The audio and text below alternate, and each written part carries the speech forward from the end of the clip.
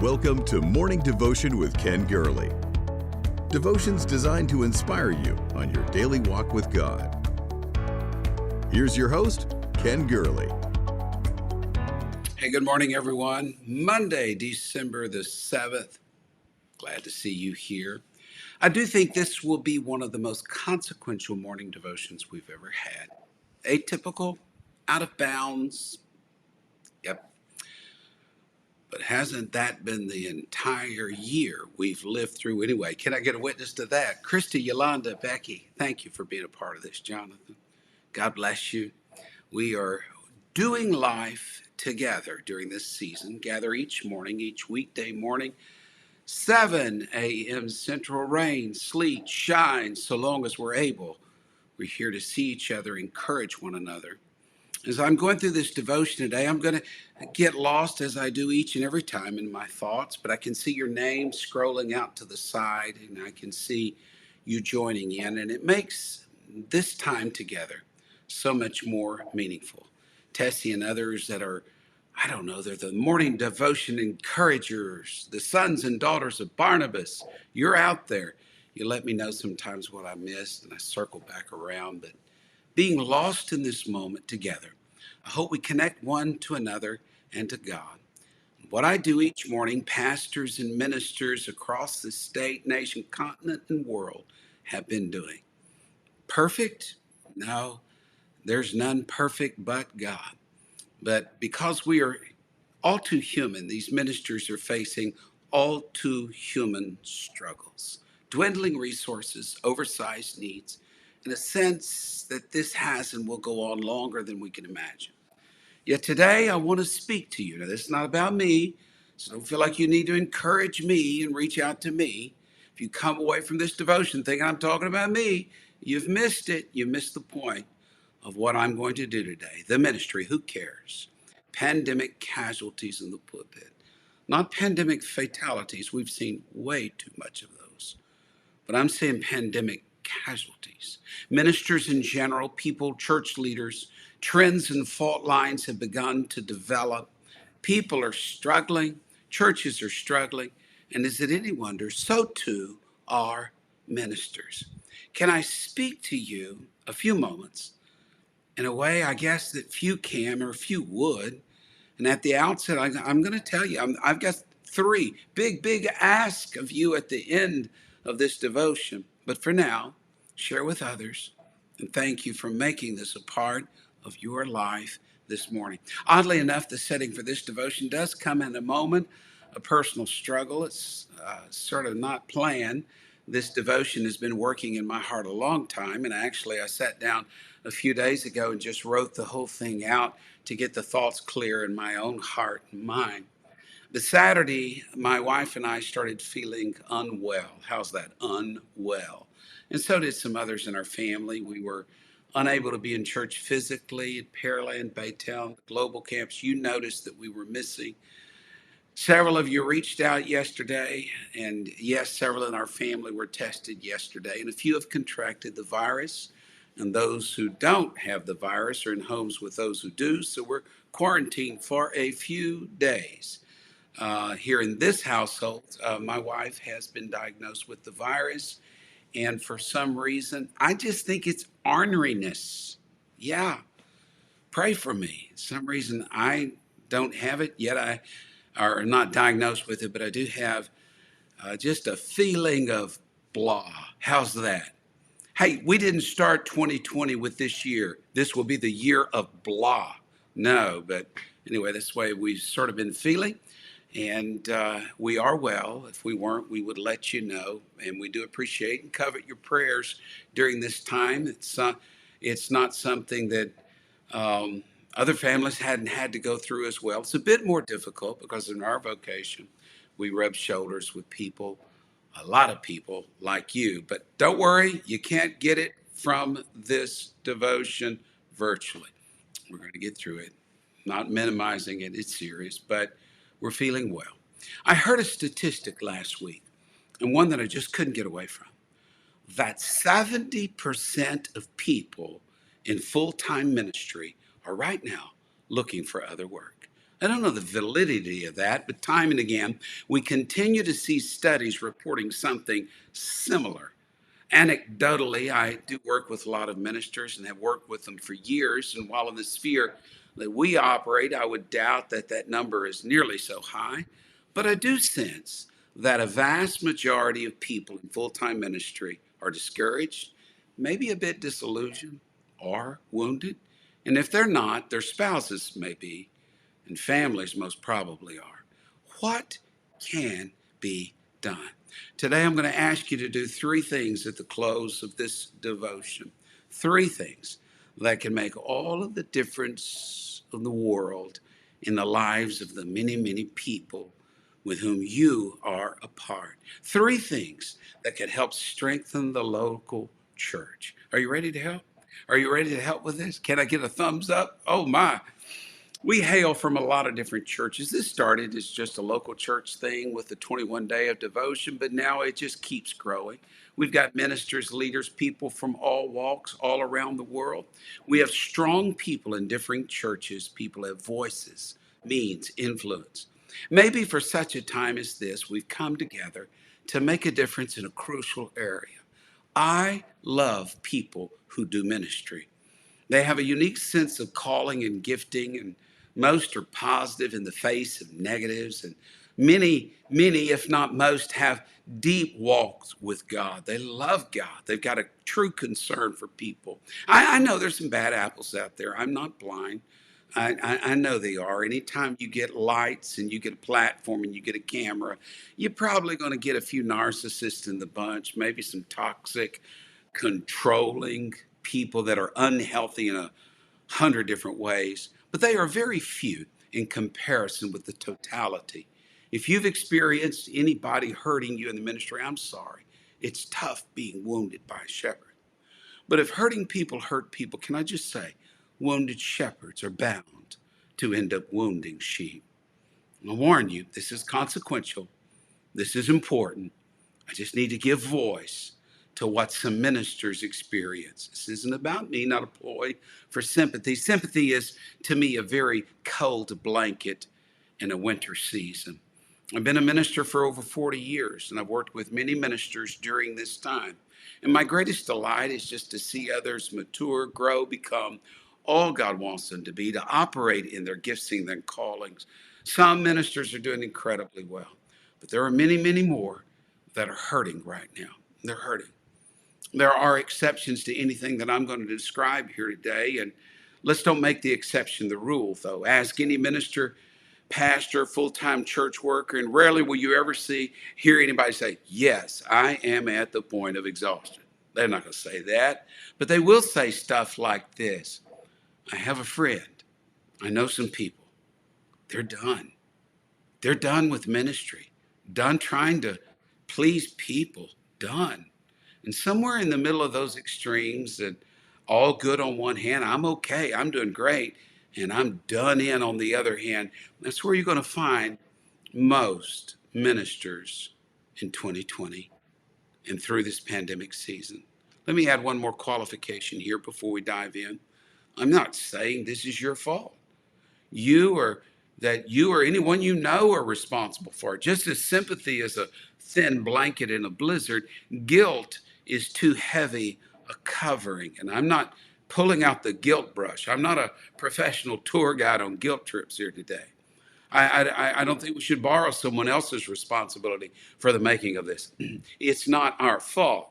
It's simply what is happening. But just because it's not my responsibility doesn't mean that I can't do something and be proactive in this area. Now, you may say, Pastor, let me just tell you, I can't handle one more thing.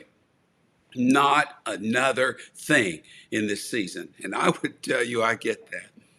But if you are overwhelmed in the midst of this, maybe you got a lens, a perspective to dimly realize how overwhelmed many ministers are feeling. If you've wearied running with the footmen, how weary they must be running with the horses. Before the pandemic, before this virus came to our shore, before the anger, frustration, social distancing of this year settled in, there were things that were not looking too good for the pulpit. We're talking about pandemic casualties in the pulpit. But this was happening before the pandemic. Let me share some studies with you. Granted, they're not simply from the ministers of our faith, and I believe ours are probably faring better than others, but what's happening elsewhere can indicate a trajectory of which you and I need to be concerned.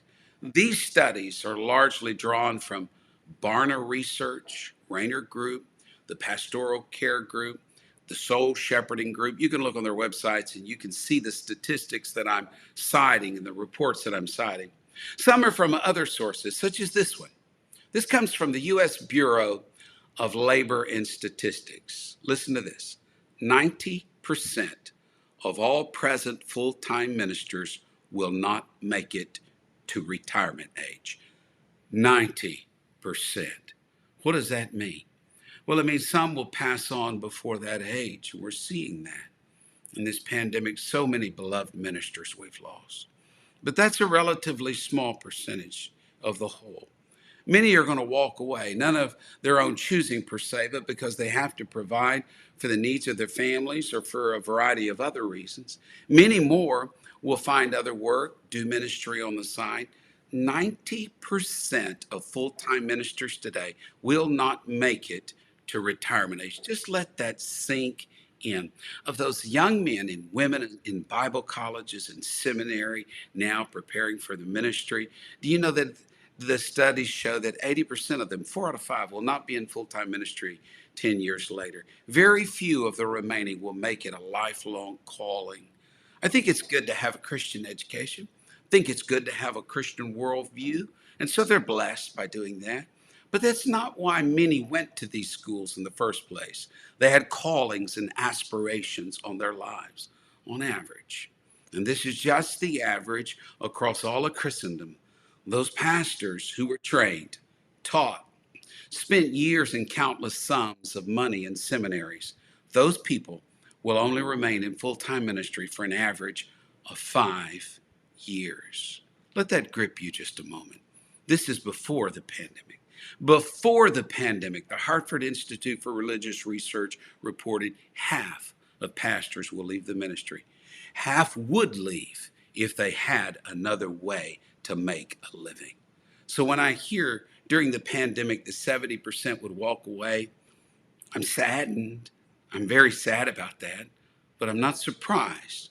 Why is that number so high?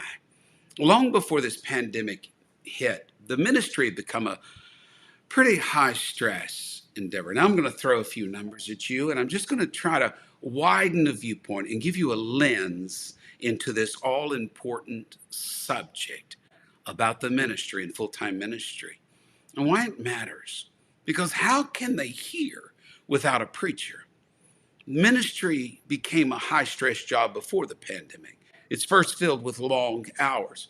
90% of full-time ministers rarely work less than 55 to 75 hours a week. 8 out of 10 ministers say they're on call 24/7. 3/4 say they have hardly any family time, downtime, vacation time. And again, I know there's exceptions. Some do try to lead balanced lives, and we applaud you for that. Some do make time to be with your spouses and families. We applaud you for that. They do make and force time for close friends and nourishing relationships. But the idea that ministry is nothing more than free time Monday through Saturday to do what you please, well, I don't know any of those ministers. I just don't know them. I've rarely seen anyone down through the years in ministry not pull very long hours, and they do it in silence, not complaining. They may complain a little bit. They they may complain a lot. They just know it's the nature of ministry, though. Now, long hours, high stress jobs, they do go together, but the sheer complexity with the ministry is the long hours and high stress result in very low pay. There's hardly any field that requires as much education, leadership abilities, management abilities, people skills. I can think of 2 or 3 fields like this that require such long hours and high expectations and stress. And I can only name probably 2 or 3 other professions that rival the ministry for poor pay and poor benefits. Again, I'm not talking about me, and I'm not making a ploy for sympathy. But I do want to talk about low pay. In our area, the average high school graduate accepting a skilled labor job is going to make more money in a year than many pastors will ever make in any year of their service. You add benefits like health insurance, retirement, education, so forth. The average high school student's opening pay will be more than the average full-time pastor can hope to make in any given year. 6 in 10 current ministers don't believe they have enough salary to make a livable wage. 6 in 10 are unable to pay their bills. 6 in 10 are concerned about their family's future financial security. You say, well, Brother Gray, that's true across all spheres. In a way, it is. Most ministers have to moonlight on other jobs to make ends meet. It's that way on our staff. Every minister on our staff, every full-time leader on our staff has to have a second job, gets to have a second job. That's the way we look at it. Long hours, low pay, low esteem. There was a day the calling of a minister carried some respect and esteem in a community.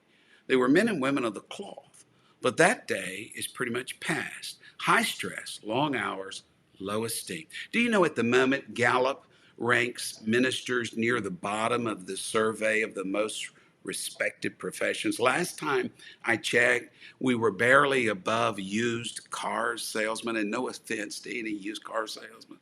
The lack of esteem is not just outside the church. Hold on. Again, I'm not saying you're responsible for this, but the loss of esteem goes within the walls of the church. I can't tell you the deplorable. I've worked with thousands of ministers, and I can't tell you the deplorable way I've seen some ministers talked to and treated inside of their church or their family or their spouse, slighted, criticized, slandered, called names, accused of all sorts of things. I've seen them assaulted in their own church. 70% of full-time ministers now report little or low self-esteem, and they say it's from dealing with problem people in the church. Look at your neighbor on this devotion, say, I'm no problem people. Amen. Amen. So in spite of long hours, low pay, low self-esteem, there would be many ministers who would hang in there if it wasn't for one thing. If they didn't perceive that their calling was so hazardous to their marriages and to their families, because this is where the greatest cost lies. And that is where the greatest percentage of ministers simply just walk away. Do you know Barna says that there's 1,500 people leaving full-time ministry each and every month in America? And when they walk away, they don't cite the long hours. They don't cite the low pay. They don't cite the low self-esteem. They usually decide it because they perceive the well-being of their marriages or families are at stake. 80% of full-time ministers in America believe that what they're doing, the calling they answered, the vocation they chose, has a negative consequence on their marriage and their families. 80% of preachers feel that way. 80% of preachers feel that way. 94% of their spouses and families feel that way. 2/3 of preachers' kids report constantly being held to a higher standard, never felt like they were good enough. Many of those, when they were age, never showed back up at church. They viewed church as the problem. They saw how parents were treated. God help us. God help us. 8 in 10 ministers say the ministry has affected their minister's family. 94% say of the families and spouses say it's affected negatively. 8 in 10 pastors' chief regret is not spending enough time with their families. I'm just going to have to stop here. I had an elder that I deeply respect. Wow. He would come by my office ever so often when he saw my truck there. He would slip into my office and just sit in a chair in my office and cry and cry and cry. He would cry over his family. He would cry and he would say, Ken, I never gave him enough attention. Ken, I was running here, I was running there, I was doing this, I was doing that. I was responding to this need and that need. And now my family has drifted so far away. Oh my. That, I'm trying to open up a window of perspective that people won't share, ministers won't share, But again, this is an atypical, unusual, out of bounds moment in morning devotion. Then maybe I can open a window and share with you just a little of what it looks living inside of a glass house. Do you know that over 8 in 10 of the spouses of ministers wish their husbands would leave the ministry? Is it any wonder? Churches have closed by the thousands. Those left open are having what they call an empty pulpit crisis. They can't find ministers willing to fill the positions. And all of this was present before the pandemic. Again, it's not your fault. It's a heavy subject to consider. Thank you for hanging in here with me for a few more moments. This pandemic, though, has accentuated and accelerated this predicament. You remember that old childhood song, could get better, but it's going to get worse? Well, that's sort of where we are with this pandemic. It just hasn't got any better the deeper we go into this year. Before the pandemic, half of full-time ministers said they'd quit if they could find another job. Now we hear that that number has risen to 70%. The pandemic has not helped the situation. It's just made it far, far worse. One of the people I mentioned at the outside is Tom Rayner, the Rayner Group that I'm getting some of these studies from. I mentioned soul shepherding. I mentioned pastoral care, the Barna Group as well. Rayner studied evangelical churches, given himself to help them. His research may not bear directly with us, but I believe there's some correlation to some degree. In a recent post, he said something that just concerned to you. I'm going to read it. Let me see. Let me just open this with a quote. Here's what Rayner wrote. And let me read to you his words because I believe they're insightful. Quote, Rayner said, quote, please hear me carefully. The vast majority of pastors with whom our team communicates are saying they are considering quitting their churches. Rayner said it's a trend I have not seen in my entire lifetime.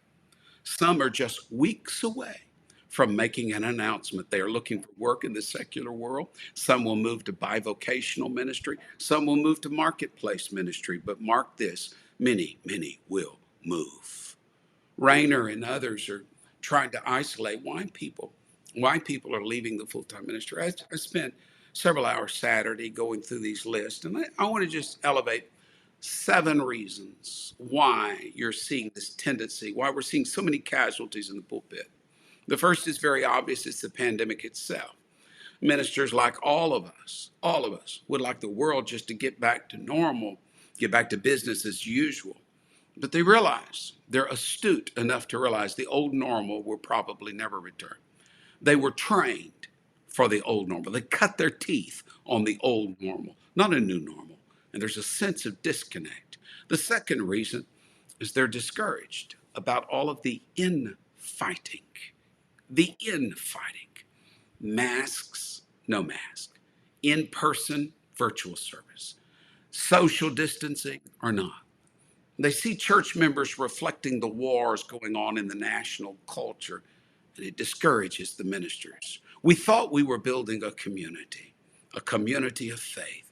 But it seems to be falling apart, and many ministers are discouraged. The third reason, ministers are troubled about empty buildings.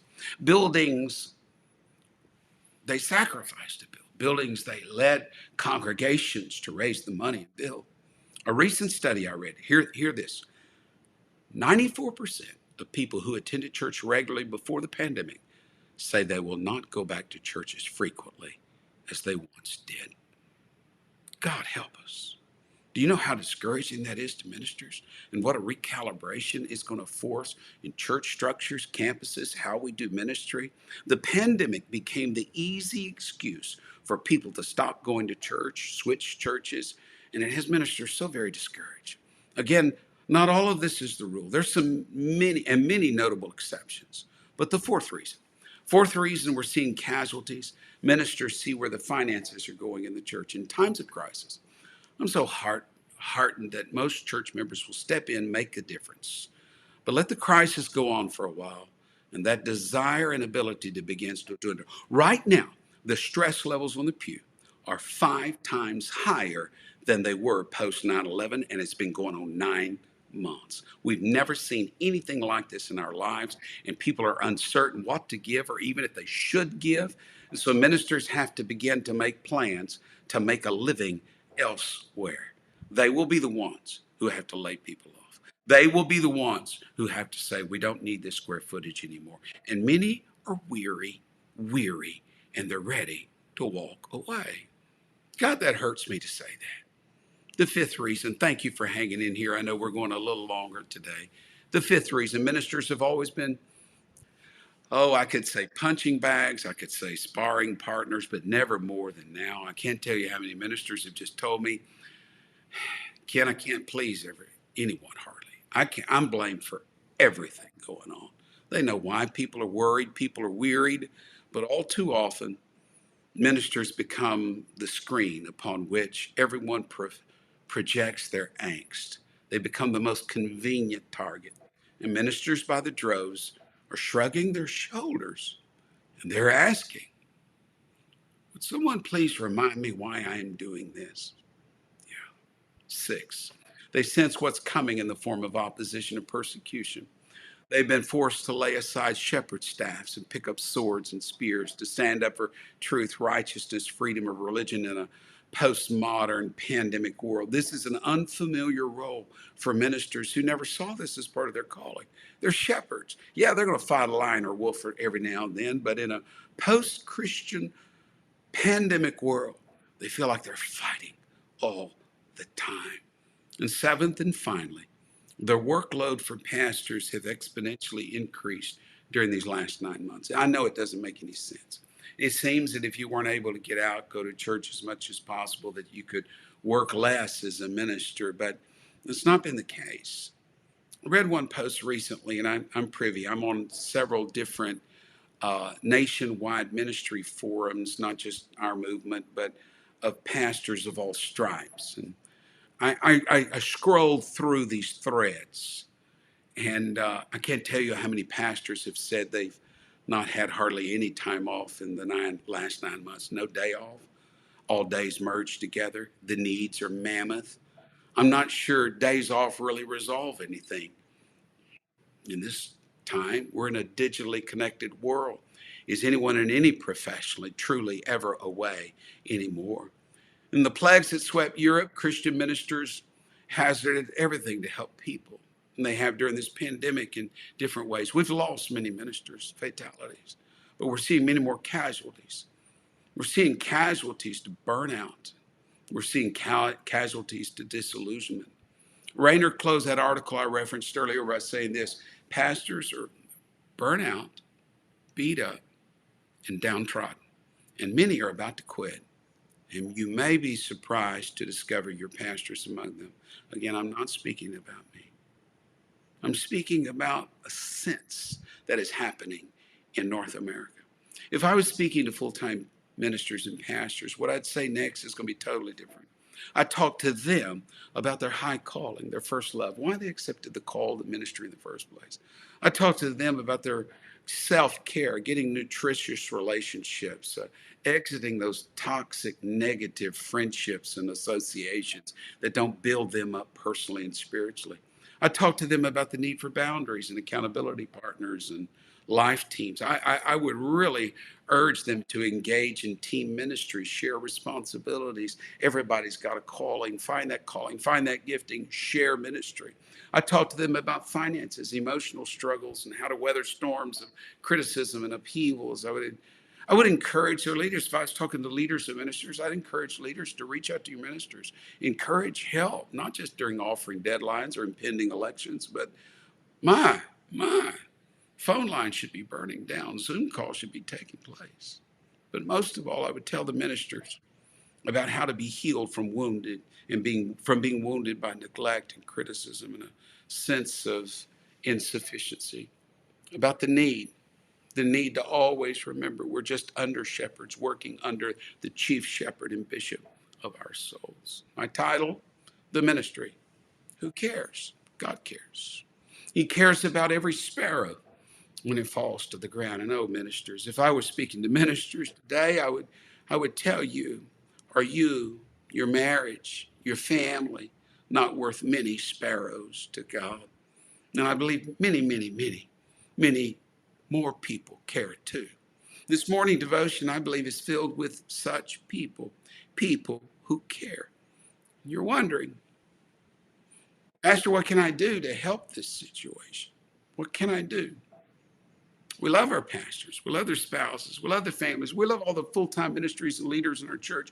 What can we do if 94% of the families believe it's harmful for their father to mother to be in ministry? Can I tell you what not to do at this stage? Each and every year, it's so wonderful. People express their appreciation. The pastor, spouse, and families. 1 month a year, cards are written, gifts card. Someone gave us a gift card to James Coney Island. And that may not mean much to you, but it's a Houston tradition for hot dogs. And they know we love it. And we just love reading the card and the warm feeling we got. And we're using it too. Yeah, yeah. But ever since Focus on the Family started that Pastoral Appreciation Month, the numbers are just staggering of how many ministers continue to leave. They continue to leave, and they're leaving so disheartened. The answer at this critical stage, I think, is not simply a card. Card's nice, card's helpful. But you know, when a person feels like they're drowning, they need a rope. They need rope. They need action more than words. So what can be done? I'm going to give you 3 things. Big ask. Are you ready? Here we go. First of all, pray. Whew. Personal prayer for your pastor, his spouse, family, for the ministers of your church, their family. Personal prayer, corporate prayer. Do you know how Spurgeon described that it was the united corporate prayer of his church family at Metropolitan Tabernacle that caused him to be able to survive what he called the black dog of melancholy, a great depression that would throw that great preacher into the deepest realms of darkness? Form prayer teams. Form many, many pastoral prayer groups where you pray for your pastor, the first lady, the children, for the ministers, ministries, and leaders in the church. Do you know there's not a single person, that single sermon I preach that I don't have a dedicated group of people, men and women, praying for me? And any success, I can tell it when they're praying and I'm preaching. It's not my abilities, but it's the help of God through those people that are praying. It's hard to talk about a preacher that you're truly praying for. It's hard to walk away from man and woman who have lifted you up during so many trials when you're lifting them up on wings of prayer. What would change if around the clock people were praying for ministers and ministries in the church? Pray. Pray for the laborers in the harvest field. Second, share this. Now, before you hit the share button, I'm going to ask you to share it with the phrase, would you join with me in supporting the ministry of our church? Name it. Name the ministry. Something like that. Get people within your sphere of influence on the same page on this. Share to certain groups. Share to your church group. Share to certain people that you want to gather with you and to pray for the leadership of the church. So share, but share not indiscriminately. Share intentionally. Third, do something. Yeah, do something. Do something for the ministers and the ministers' families in your church. Not a one-off thing, but a sustained push. You say, well, I'm not on the board. I'm not the one who does this. I'm not the. If they've not had any days off, what can you do to make sure they get some time off? None of that. None of that. Oh, we want you to be blessed. If you can find money in the church budget, be blessed. They're not going to take it because there's always other needs, especially during the holidays and at Christmas. We're going to raise money for people to have Christmas. I've done it. We're going to get food and gifts for the less fortunate. I've done it. We're going to raise money for missions, global, home, good causes. I've done it. But what about the ministers in your church? Do they have the money to go home and see their families in the holidays? Or do you need them and require them to be there 24/7 during that season? Do they have the money to buy cherished gifts for their loved ones? Normally they don't, and they won't. They know the high price they would pay if they did. So most ministers stay close to home, and they can't afford to leave for any number of reasons. They continue to do during the holidays what they've done all year long, giving of themselves to others. But at some point, and I'm coming to a close here, the well runs dry. And it appears to me that for many ministers in North America, the time has come here at year's end. The wells run dry. And they're looking at 2021 with a sense of disenchantment none have ever experienced. Pray, share, do something extraordinary. In closing, our ministers are in the middle of the battle. Most believe that they're unable to win in spite of their best sacrifices, their best efforts, in spite of all they've done and all they've given. They recognize the deck is stacked against them. They believe people are still going to get upset. People are still going to leave. People are still going to attack them, attack their families. People will remain unappreciative of anything they do. They've not pleased anybody in the year of 2020, and they're wondering, why am I doing this? But I've never met a minister who doesn't hope against hope, who doesn't say, Ken, I believe we're turning the corner. Ken, things are looking up. Ken, we had someone get the Holy Ghost. Can we baptize? But in spite of it all, they keep trying. They keep serving. They keep giving their best. Maybe that's what Aaron and Hur saw. They noticed Moses lifting his hands and the staff over the valley below, and Jacob and fighting against the Amalekites. The armies of Israel would win when Moses would hold his hands, but Moses got weary. And Aaron and Hur, something touched their hearts. Maybe they thought, there's the man, the meekest man who ever lived, who has always been there to help us. When we've struggled, he's been there. His wife's been there. His family's been there. We see they're struggling.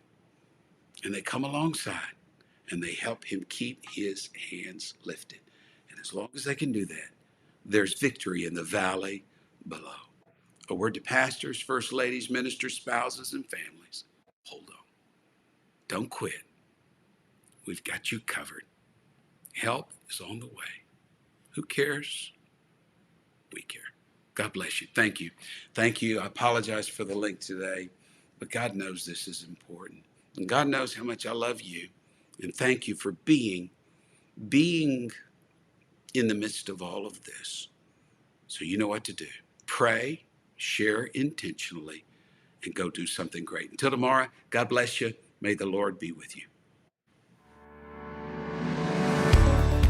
Thank you for listening to Morning Devotion with Ken Gurley. Join us next time for another inspiring devotion. To support this ministry, please visit firstchurch.com/give.